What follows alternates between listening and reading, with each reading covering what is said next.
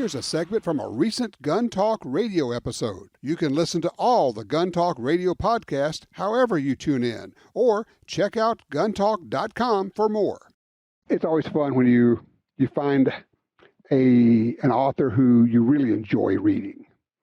And especially if it just keeps coming out, he or she comes out with books that you like, and you go, can't wait for the next one, can't wait for the next one.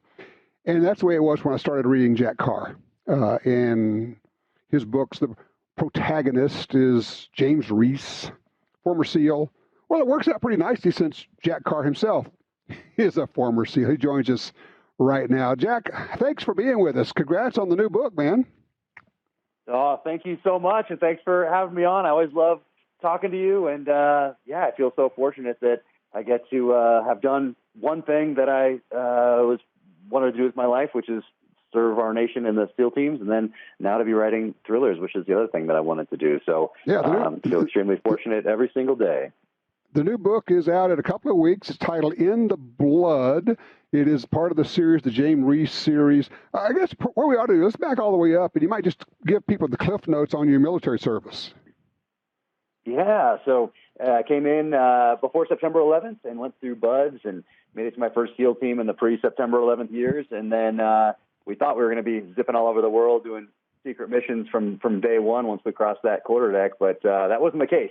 We had to wait till September 11th, and then we really started to do what we thought we were going to do coming in, and that was off to the races for the next up until really today. But got out in 2016, and I always wanted to write thrillers because I grew up really. My formative years were the 80s. So if you wanted to do research into the SEAL teams, you could go to the library, and it would take you maybe 5-6 hours to read everything ever written about SEALs back in the early 80s. Today, of course, you can't. You couldn't stop. You'd spend your whole life reading about special operations online if you started today and tried to do that. But I knew I wanted to do that from an early age. And then I started reading the things that my parents were reading in about fifth grade. So I started reading Tom Clancy and Nelson DeMille and David Morrell and A.J. Quinnell and J.C. Pollock and Mark Golden and Louis L'Amour and all these guys who had protagonists with backgrounds that I wanted to have one day. So typically it was the Vietnam Marine sniper, it was the Vietnam SEAL, it was the Vietnam Army Special Forces guy, it was the Vietnam era CIA paramilitary officer. So I started reading these books, and it was so magical for me. It had such an impact that I knew that is what I would do after my time in the military. So that's what I did. Very cool. And yeah, it's like, you move from the Carlos Hathcock era, to the In the Sandbox era. And now with, James Reese, your protagonist, you've got a guy who has done all of that and then done the what happens afterwards. I mean, I actually know a couple of guys who do the what happens afterwards, and they work for the three-letter agencies, and they really do go do a lot of this stuff that people think is fiction, don't they? There's certainly a lot going on. There was during the Cold War. There is today. And interestingly enough, because of this program, sniper school for me was in 2000. So we're talking about Vietnam. And we were still in 2000, still really reliant on all the lessons that not just in the sniper arena, but really all tactics, techniques, and procedures based off Vietnam era. And then after September 11th, we started morphing those tactics because obviously fighting in the 10,000 feet in Afghanistan is a little different than in the jungle in the Mekong Delta. But same thing with sniper school. It was much more of an art when I went through in 2000. And then over the last two decades, a lot of changes on the science side. So blending that art and that science of sniping is something that I use in this novel, and I'm sure I'll continue to use going forward. Well, I finished it yesterday. It's fabulous because you kind of got some of the old school and some of almost futuristic stuff going on in here, which is very cool. The cyber world and what's going on there. And that's all part of it these days. And we've always known that there are things going on in the protection of the country that we don't really know about. And honestly, I think a lot of us say, there's stuff that I don't really need to know about. Is that a fair assumption? Yeah, I mean, I don't know if you need to know about it or not, because right now, oh my goodness, I went down the rabbit hole researching artificial intelligence, quantum Right. computing, mass data storage, surveillance of U.S. citizens. And a lot of the books that have been written about that were already outdated. I mean, right now, technology is evolving so quickly that even if it's like I read Edward Snowden's book, so that's already a decade old, essentially, and things Right. have moved forward quite a bit since then. And I got to have to talk to people who had touch points in the national security arena, just like I did with the last book, The Devil's Hand, where I go into the biowarfare, bioweapons side of things.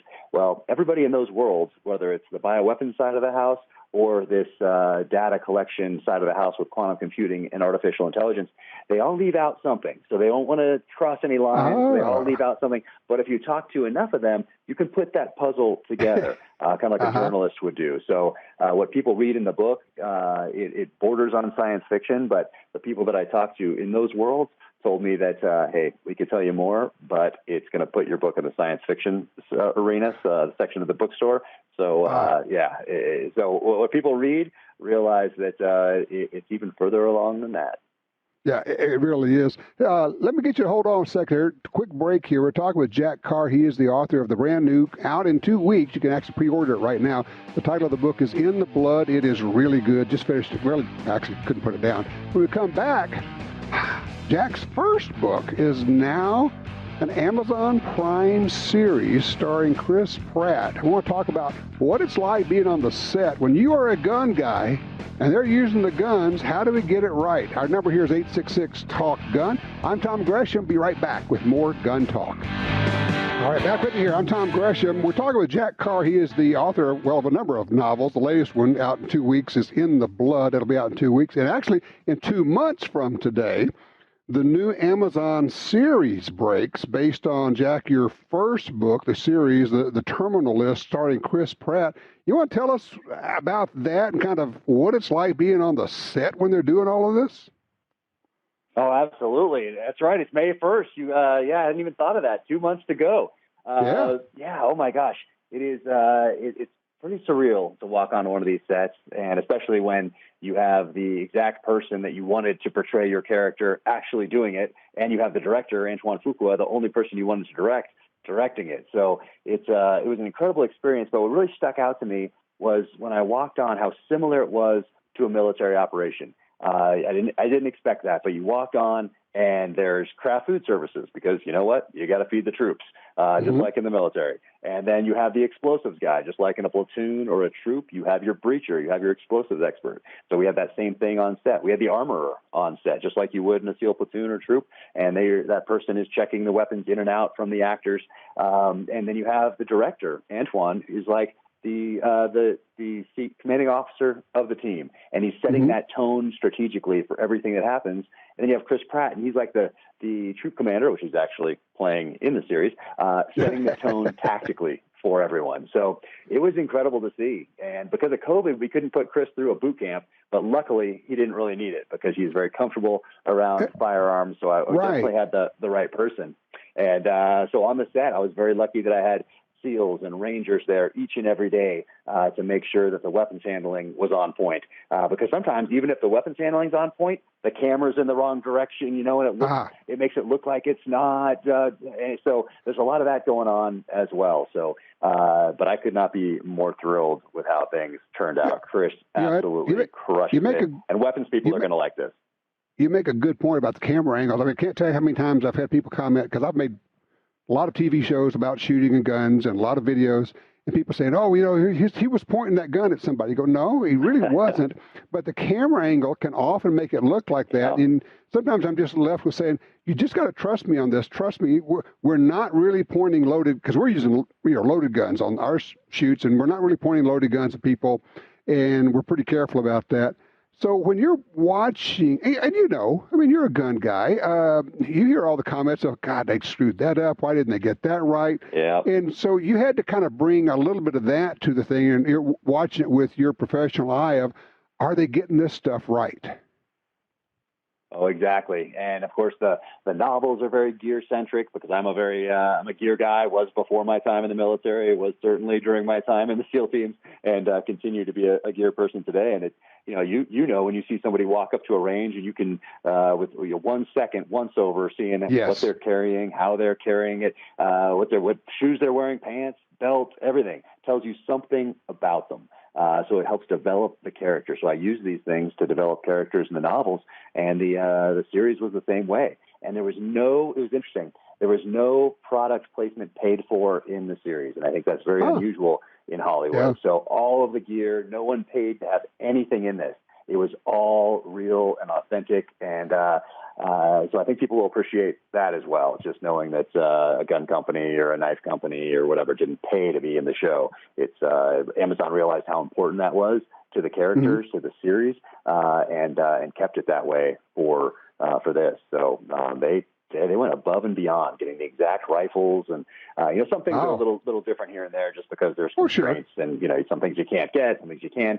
But like the armorer went to Utah, sat down with a rifle maker that built this certain rifle that I start the books with in the terminal list, and of course made a few copies of it, because you have to have one that's completely rubber and doesn't work, and then you have to have one that and Night Force side of the scope I used in the book that they don't even make anymore, so we got that on there. And so we went.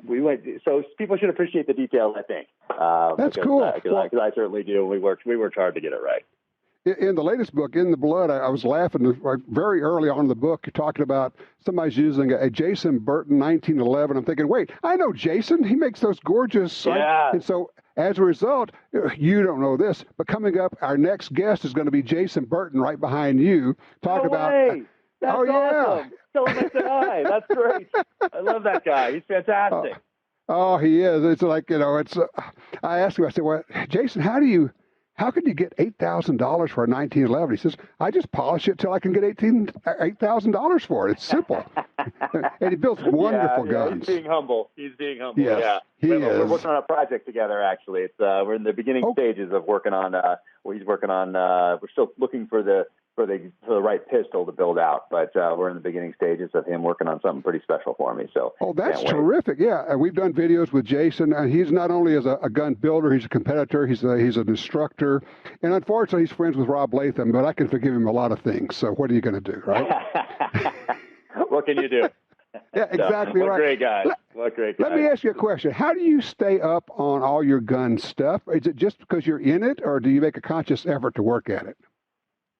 Yes, I was always into it before my time in the military. I didn't come to firearms through the military. It was just something that was drawn toward very early in life. It made sense to me. I think it's just flowing through my blood was, hey, we're American citizens, and it's our responsibility to defend this gift of life and defend the lives of those who we're responsible for, our spouse, children, community. And so I just came to it very naturally, and was studying firearms my whole life. Any magazine I could get, any book I could get when I was growing up, and then started training as soon as I possibly could. I was on the range, got my concealed carry as soon as I possibly could, as soon as that was legal, going through my course and got all that, and just was around gun culture really my entire life. So I came to the SEAL teams very comfortable, particularly with a pistol. And then, of course, got to do a lot more M4 type work once I got to the military, and then I kept training on the side the whole time. So even though I was getting trained in the military, in the SEAL teams, anytime somebody would pass through town, like Larry Vickers or Pat McNamara, or I'd go up to Thunder Ranch and continue training there. So I was always training on the side as well. Just wanted to keep make those skills, keep them as high as I possibly could, continue to build, continue to evolve, continue to learn. I've always been a student of the gun, just like I'm a student of writing, and I want to make each book better than the last and continue to move the genre forward, even if it's just by a degree each and every time, because that's what I think I owe my readers who have decided to trust me with their most valuable asset, their time that they're never going to get back. So, so guns to me are just a natural part of life, and I stay up with it just like I stay up with eating and sleeping and writing and everything else. Just a natural thing for me. Well, it is terrific. Jack Carr, thank you for your time. Thank you for your effort, your work. I love reading your books, and I cannot wait to see the Amazon series coming out here. Thank you so much, sir. Thank you so much. Take care out there. All right, you take care. Yeah, Jack Carr, author of the new book. It's you can actually get in your pre-order right now, Amazon. Title of it is In the Blood, and in 2 months, 2 months from today, July 1, the new Amazon series, the terminal list, comes out. That looks to be a good one. Yeah, if you like righteous vindication, righteous violence, that is the one.